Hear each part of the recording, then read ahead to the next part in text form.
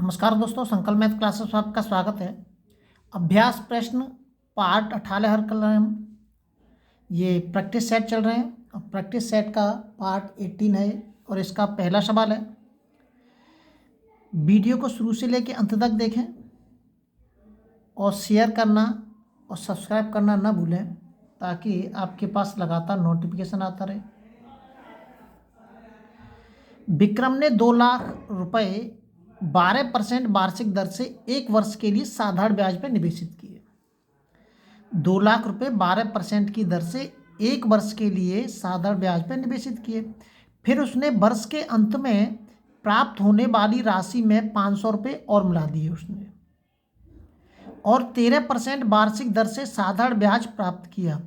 द्वितीय वर्ष के अंत में उसको कितना साधारण ब्याज मिला है वो पूछ रहा है। वो देखिए, सबसे पहले तो हम प्राप्त करेंगे कि पहले साल उसको जो साधारण ब्याज प्राप्त हुआ है। ये कह रहा है कि विक्रम ने 2 लाख रुपए 12% की दर से 1 वर्ष के लिए साधारण ब्याज पर निवेशित किए।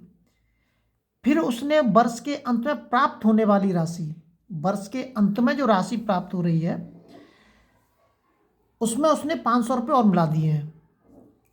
देखिए, पहले हम सिंपल इंटरेस्ट निकाल लेते हैं। मूलधन दे रखा है इसने 2 लाख रुपए, दर दे रखी है 12% और समय दे रखा है 1 वर्ष। 2 लाख रुपए 12% और 1 वर्ष, इससे हम सिंपल इंटरेस्ट निकालेंगे। पहले सिंपल इंटरेस्ट आ जाएगा 12 दूनी 24,000। तो इस राशि को मैं किस में जोड़ूंगा? अब 24,000 को 2 लाख रुपए में जोड़ूंगा। तो 2 लाख रुपए में जोड़ देता हूं मैं। इससे हमारा क्या मिल जाएगा? प्रिंसिपल मिल जाएगा। मैं यहाँ पर लिखता हूँ कुल प्रिंसिपल। वर्ष के अंत में कितना प्रिंसिपल हमें प्राप्त हो रहा है। तो कुल प्रिंसिपल इसको जोड़ दीजिए। इसमें 3 जीरो आ जाएंगे, 4 और 2,24,000 रुपये। ठीक है। अब कह रहा है प्रश्न के अंदर ये जो राशि प्राप्त हुई है इसमें वो 500 रुपये और मिला रहा है। तो 500 रुपये और मिला देते हैं इसमें। तो राशि कितनी हो जाएगी हमारी?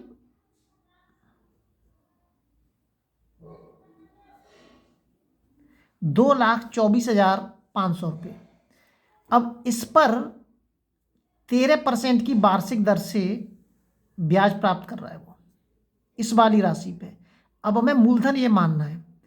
तो सिंपल इंटरेस्ट जो निकालेंगे हम 2,24,500 रुपये। इस पर वो दर कितनी कह रहा है? वो 13% की दर कह रहा है। अब यहाँ जो समय मानेंगे वो 1 मानेंगे, क्योंकि अब पिछले वर्ष से जो पहला साल था उससे हमें कोई मतलब नहीं है। अब ये दूसरे वर्ष की बात कर रहा है तो दूसरे वर्ष का मतलब ये नहीं कि 2 मान लेंगे हम। दूसरे वर्ष का जो है तो एक ही वर्ष, वो क्रम संख्या से 2 है, लेकिन वो एक ही वर्ष है। इसमें मैं 100 का सूत्र के अनुसार कर दिया मैंने। वैसे तो ये दर से भी सवाल हो जाते हैं। अब इसका इसमें आप गुणा कर दीजिए। 13 पंजे 65, 13 चौक 52, 52 और 6 कितने हो गए? 58, 13 दूनी 26, 26 और 5 31 और 13 दूनी 26, 26 और 3 कितने हो गए? 29,185 रुपये की हमें ब्याज प्राप्त होगी। कौन सा ऑप्शन सही है हमारा? डी ऑप्शन हमारा सही है। ये सभी सवाल आपको, जितने भी मैं सवाल आपको कराता हूँ प्रैक्टिस सेट में, सभी सवाल आए हुए सवाल कराता हूँ मैं। ये किसी ना किसी एग्जाम में आ चुके हैं। ये सवाल, वो सवाल मैं आपको कराता हूँ। ये कोई भी सवाल ऐसा नहीं है कि जो सवाल किसी ना किसी एग्जाम में नहीं आया हो। अगला सवाल देखते हैं। अगला सवाल दे रखा है, देखिए, राज्य ए की वर्तमान संख्या गांव बी की वर्तमान संख्या का 5/4 है। इसमें सीधा सीधा कर देते हैं कि ए अनुपात के बी दे रखा है इसने 5/4।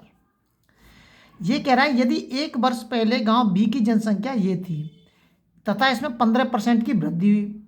तो ये 1 वर्ष पहले की बात कर रहा है। 1 वर्ष पहले जनसंख्या कितनी थी? 24,400 रुपये। इसमें कितने परसेंट की वृद्धि हो रही है? 15% की वृद्धि हो रही है। काट दीजिए इसको। 15 चौक 60, 15 चौक 60 और 15 दूनी 30, ये आ गया 3660। तो 3660 की इसमें वृद्धि हुई तो कितनी जनसंख्या हो जाएगी, वर्तमान जनसंख्या निकल के आ जाएगी इससे हमारी, वर्तमान जनसंख्या निकल के आ जाएगी। इसको हम जोड़ देंगे इसमें 24,400 में कितने जोड़ देंगे, 36 60 6 10 8 2, ये हो जाएगी 28,060। ये वर्तमान जनसंख्या आ गई। अब ये जो वर्तमान जनसंख्या है और ये जो अनुपात दे रखा है ये वाला, ये भी वर्तमान का दे रखा है हमारा, और ये हमारी जनसंख्या भी वर्तमान की आ गई। तो ये किसकी जनसंख्या है, ये बी की है। किसकी है, बी की, बी की दे रखा है, बी की है ये। तो बी का मान कितना दे रखा है, 4 दे रखा है, वर्तमान अनुपात में 4 दे रखा है और काउंटिंग में 28,060 दे रखी है। तो 4 बराबर की हो जाएगी हमारी। तो 4 बराबर के 28,060, एक का भाग दे दीजिए, 4 सत्ते 28, 0 4 एकन 4 और 4 पंजे 20, 4 सत्ते 28, 0 4 एकन 4 और 4 पंजे 20। अब इसका आप अगर यहाँ गुणा कर देंगे तो आपको बी की जनसंख्या पता चल जाएगी वर्तमान, और अगर इसका गुणा यहाँ गुणा कर देंगे आपको तो ए की जनसंख्या पता चल जाएगी। तो ए की जनसंख्या प्राप्त करनी है हमें, तो 5 × के 7,015, 5 का गुणा कर दीजिए, 5 25, 5 एकन 5, 6 7 0 5 7 35। देखिए कहाँ दे रखा है, किस ऑप्शन में, 35,075। ऑप्शन नंबर डी हमारा सही है। अगले वीडियो में आपसे फिर मिलते हैं। जब तक आप अपने लेवल पे वीडियो को शेयर और सब्सक्राइब जरूर करें ताकि आपके पास लगातार नोटिफिकेशन आते रहें।